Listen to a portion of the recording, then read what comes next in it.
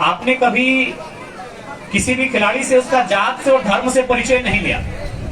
जब देखिएगा half time का खेल होता है तो जिस जर्सी को हम पहनते हैं, खासकर गांव देहात के खेलों में, उसी जर्सी को बदलकर दूसरा खिलाड़ी आता है। जबकि आप अपना घर में चले जाइए, यदि आपका सगा भाई है ना, तो आपका पहना हुआ ड्रेस नहीं पहनेगा, इतना बदबू देता है। लेकिन जब आप फुटबॉल के मैदान में आते हैं तो उसी जर्सी को हाफ टाइम में या फिर जब खिलाड़ी का चेंज किया जाता है, उसी जर्सी को भले वो पलट दे। कभी कभी होता है खिलाड़ी जब ज्यादा बदबू आता है जर्सी को पलट के मैदान में आ जाता है, लेकिन उसी जर्सी को पहन के आता है। इसीलिए विवेकानंद ने कहा था, अगर आप साथ में खेलोगे वहाँ जात पात का जो भेद है वो मिटेगा और आप एक दूसरे के करीब आएंगे। तो खेल हमेशा जीवन में होना चाहिए। और जैसा कि जहां तक झारखंड का विषय है, देखिए झारखंड आज अगर हमारी सरकार थोड़ी सी मेहनत करे तो नो डाउट बहुत अच्छे अच्छे खिलाड़ी तराशे जाएंगे। और चूंकि हम लोग 2024 का विधानसभा चुनाव लड़ने वाले हैं, लोकसभा में हम लोग चुनाव लड़े थे, अच्छा वोट मिला था। हार जीत अलग विषय है, क्योंकि भारत देश के इतिहास में पहली बार है कि सब नए लड़का लोग पार्टी बना के चुनाव लड़े हैं। तो अगर हम लोग चुनाव में आते हैं, अगर सत्ता में आने का मौका मिलता है, तो हम लोग का मैनिफेस्टो में बकायदा रहेगा, युवाओं की नौकरी के अलावे खेल कूद हमारे मैनिफेस्टो में रहेगा। क्योंकि खेल कूद से अगर आप नाता तोड़ेंगे तो फिर आपको अपने उम्र कम करना पड़ता है। आज देखिएगा, वो आप तो कोलियरी के बगल में रहते हैं, देखिएगा जो अफसर लोग रिटायर हो गया है, सुबह सुबह जाता है मॉर्निंग वॉक में। 60, 65 साल, 70 साल, 75 साल उम्र है। जिस उम्र में अपना पोता को खिलाना चाहिए था, अपना घर परिवार देखना चाहिए था, वो ग्राउंड में जा रहा है दौड़ने के लिए। मालूम है वो जवानी में दौड़ा नहीं है भैया। इसलिए खिलाड़ी को गरीबी छू सकती है, एक खिलाड़ी को गरीबी छू सकती है, बीमारी नहीं छू सकती है। अभी आपको तय करना है बीमार होना है कि नहीं होना है।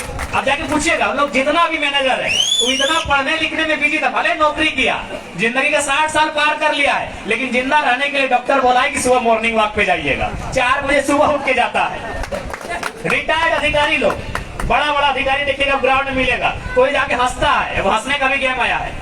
भैया ये सारा ड्रामा कहाँ है? जिंदा रहने के लिए। तो आप बुढ़ापे में क्या ड्रामा कीजिएगा? मेरा कहना है बुढ़ापे में ड्रामा क्या कीजिएगा, जवानी में खेलिए ना भैया। अरे कुछ भी कीजिए, इंजीनियर बनिए, डॉक्टर बनिए, वकील बनिए, किसी ने नहीं रोका है। 2 घंटा एक खेल से नाता जरूर रखिएगा। अगर आप जवानी में खेलोगे तो बुढ़ापा में जाके नाती पोता खिलाओगे। इसलिए जवानी में खेलो, नहीं तो बुढ़ापे में आपको नाती पोता खिलाने के समय में ग्राउंड में दौड़ना होगा। और उसके बाद देखिए, कभी झारखंड की जब बात आती है तो झारखंड यानी गांव, झारखंड यानी खेत खलिहान तो लोग थोड़ा सा ताना मारते हैं, यार झारखंड के लोग तो देहात के लोग हैं, गंवार लोग हैं, आप लोग देहाती लोग हैं, जंगली लोग हैं आप। तो एक बात हमेशा याद रखिएगा, यदि आपको कोई कभी ताना मारे कि आप झारखंड के लोग, आप खेल कूद में कहाँ तक आएंगे, तो ठीक है, धोनी का नाम तो दुनिया जानती है, लेकिन मैं धोनी की बात नहीं कर रहा हूँ। अभी ओलंपिक का खेल हुआ, आपको मालूम है ना, कितना शर्म हमें लग रहा है ना कि 1 अरब 40 करोड़ की आबादी है, वो सोना नहीं जीत पाए। जिस देश की आबादी 10 लाख, 15 लाख, 20 लाख, 40 लाख, 50 लाख, उन लोग गोल्ड मेडल लेके चला गया। तो चलिए ओलंपिक की मैं आपको कहानी सुनाता हूँ। यदि आपको कभी शर्म लगे, कोई आपको चिढ़ाए कि आप झारखंड के गांव से आते हैं, देहात से आते हैं, अरे आप लोग तो देहाती लोग हैं, जंगली लोग हैं, उनको याद दिलाइएगा कि जिस सोना के लिए आप तरस रहे हो ना, आज शहरी लोग, फुटानी मारने वाले लोग एक सोना के लिए तरस रहे हो ना, भारत को पहला सोना दिलाने वाला झारखंडी था। मालूम है कौन नाम था? और वो कोई धनबाद और जमशेदपुर के नगर से नहीं था, वो खूंटी के ग्रामीण एक जंगली क्षेत्र से जयपाल सिंह मुंडा थे, भारत को पहला सोना दिलाने वाला। तो अगर तुमको कोई नीचा दिखाए तो सबक जरूर सिखाइएगा कि तुम बड़े बड़े लोग बड़े बड़े शहरों में रह के एक सोना नहीं दिला पाए हो, पूरे भारत को सोना देने का पहला काम किसी ने किया है, तो जयपाल सिंह मुंडा के नेतृत्व में 1928 में भारतीय टीम ने हॉकी के मैदान में फतह करके दिया था। तो इसलिए बिल्कुल आप खेलें। अगर हम लोग आते हैं सत्ता में, खेल कूद करने वाले खिलाड़ियों को निराश नहीं होने देंगे। आपके खेल की सुविधाएं और खेल के लिए हम लोग विशेष कोटा भी रहेगा कि जो लोग खेल के जाएंगे उनको एक विशेष कोटा भी दिया जाएगा।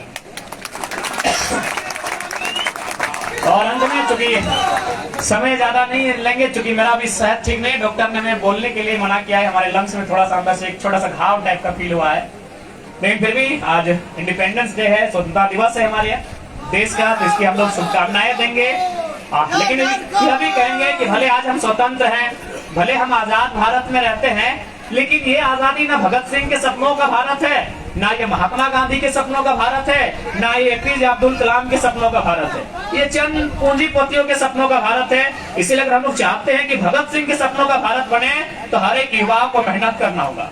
हर एक युवाओं को आज इस देश की जो बीमारी है, सबसे बड़ी बीमारी है करप्शन, उसके खिलाफ लड़ना होगा। उसके लिए आपको ईमानदार होना होगा। उसके लिए आपको पढ़ लिख कर उन जगहों में काबिज होना होगा जहां से बेईमानी फैलती है। देश के एक प्रधानमंत्री हुआ करते थे, बड़ा सुंदर कहते थे, अटल बिहारी वाजपेयी, जिनकी अभी देश में सरकार है।